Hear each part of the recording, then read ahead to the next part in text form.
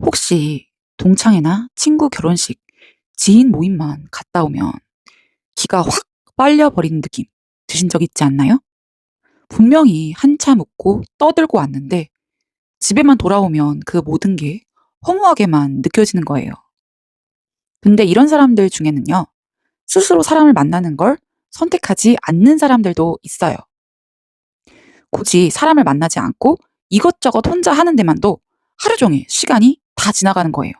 근데 문제는 세상 사람들은 종종 이런 사람들을 삐딱한 시선으로 본다는 거예요. 왜 너는 허구한 날 방에만 있고 사람을 안 만나?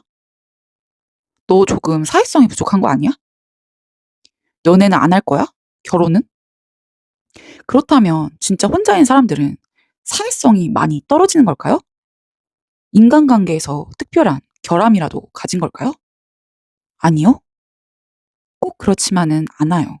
그건 여러분이 단순히 사회성이 부족해서도 MBTI가 E가 아닌 I라서도 아니에요. 그저 사람들과의 관계를 깊게 느끼고 그 안에 숨겨진 위화감, 불편함까지 빠르게 감지할 뿐인 거죠. 오늘은 칼 융의 분석 심리학을 바탕으로 여러분이 얼마나 깊은 내면 세계를 가졌는지, 그리고 있는 그대로의 여러분이 얼마나 특별한 아우라를 가진 존재인지를 스스로 깨닫게 되실 거예요. 많은 사람들이 착각하곤 해요. 혼자 있는 걸 좋아하는 사람들은 사람 자체를 싫어하는 거라고요. 근데 사실 사람 자체가 힘든 게 아니라 가벼운 관계가 힘든 거죠. 소중한 시간 내서 기껏 모인 건데. 알맹이 없는 속빈 대화, 은근한 시기, 비교, 허세, 뒷담화, 기싸움. 그러면 겉으로는 웃고 있는데 다른 한켠으로는 마음이 불편해져요. 아무렇지 않은 듯 즐겁게 대화하고 있는 다른 사람들을 보면 나만 여기서 이상한 건가? 하는 괴리감에 빠지기도 하고요. 근데 그건 여러분이 이상해서가 아니에요. 그저 여러분이 그 미묘한 불편함을 신경계로 빨리 느끼는 특별한 존재이기 때문이죠. 억지 웃음과 경쟁심, 가식적인 친절. 이 미묘한 불편함들을 어떤 사람들은 더 빨리, 더 깊게 느끼거든요. 이런 사람들이요, 사실 생각보다 꽤 많아요. 여기서 심리학자 칼 융은요, 이런 사람들을 단순히 사회성 부족으로만 보지 않아요. 오히려 외부 세계보다 내부 세계가 아주 깊게 발달한 사람으로 설명하죠. 혼자 있을 때 비로소 자기 자신을 마주하는 사람들이요. 근데 여기서 중요한 사실 하나가 있어요.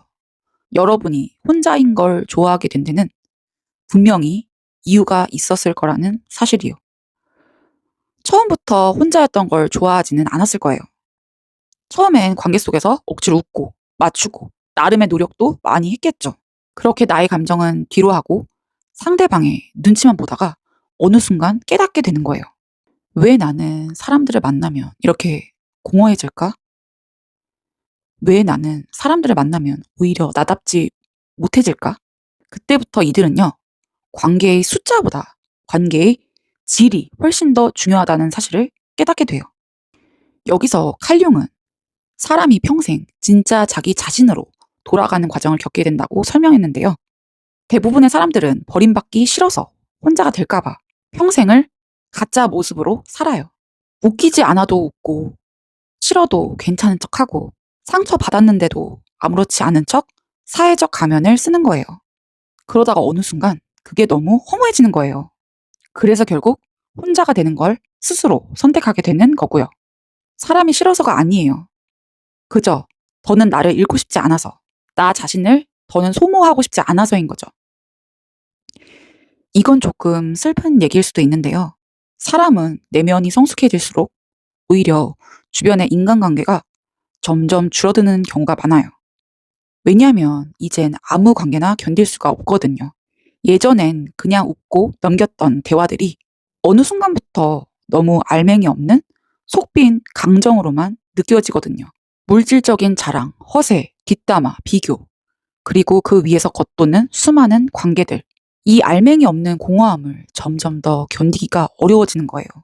그래서 점점 혼자 자기 일을 하고 운동을 하고 자기 루틴대로 사는 삶이 더 익숙하고 좋아지게 되는 거예요. 근데 이건 절대 이상한 게 아니에요. 오히려 그 사람에게 자기 중심이 생기고 있다는 신호이죠. 실제로 어떤 사람들은 혼자 있는 시간을 가지면서 비로소 나 자신을 이해하게 되거든요.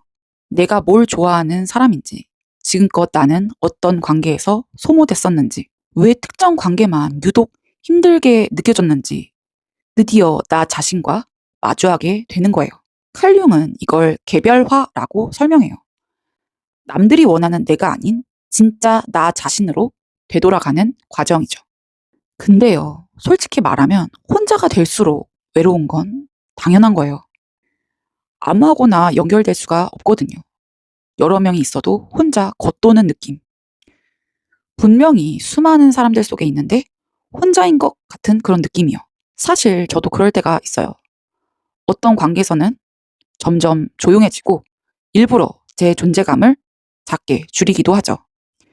그래서 저는 혼자인 시간이 많은 사람들을 보면 오히려 아, 저 사람은 내면이 진짜 깊은 사람이구나.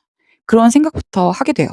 세상을 얕게만 볼 수 없는 사람, 인간 군상들의 흐름을 너무 빨리 읽어버리는 사람, 진심이 없는 가식적인 관계를 너무나 잘 구별하는 사람들이요.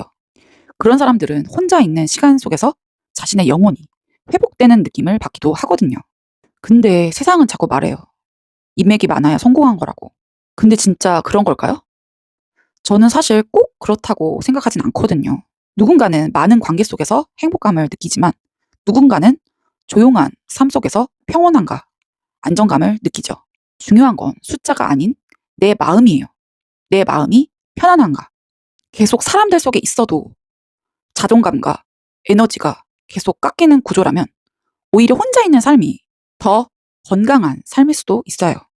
그러니까 혹시 유독 나만 주변에 사람이 별로 없고 혼자라는 이유로 스스로를 부정적으로 생각하고 있었던 분이 계시다면 저는 여러분께 이 말을 꼭 해드리고 싶어요. 여러분은 외톨이가 아니에요. 오히려 남들보다 깊고 풍부한 내면을 지닌 특별한 사람인 거죠. 다른 사람들은 이미 여러분께서 풍기는 그 특별한 아우라를 느끼고 있을지도 몰라요. 마지막으로 제가 여러분께 질문 하나 할게요. 여러분은 단지 여러분 곁에 있어줄 사람이 필요한 건가요? 아니면 여러분의 존재와 가치관을 나눌 수 있는 마음이 필요한 걸까요? 그 차이를 이해하는 순간 관계의 숫자는 이전보다 훨씬 줄어들 수도 있어요. 하지만 전보다 여러분의 관계의 가치는 점점 더 특별하게 진화해 나갈 거예요. 저는 언제나 여러분의 내일이 조금 더 행복해지길 바라요. 오늘의 영상도 여러분의 마음에 닿았다면 댓글에 여러분의 이야기도 부탁드릴게요. 그럼 이만 다음 이야기에서 만나요. 안녕.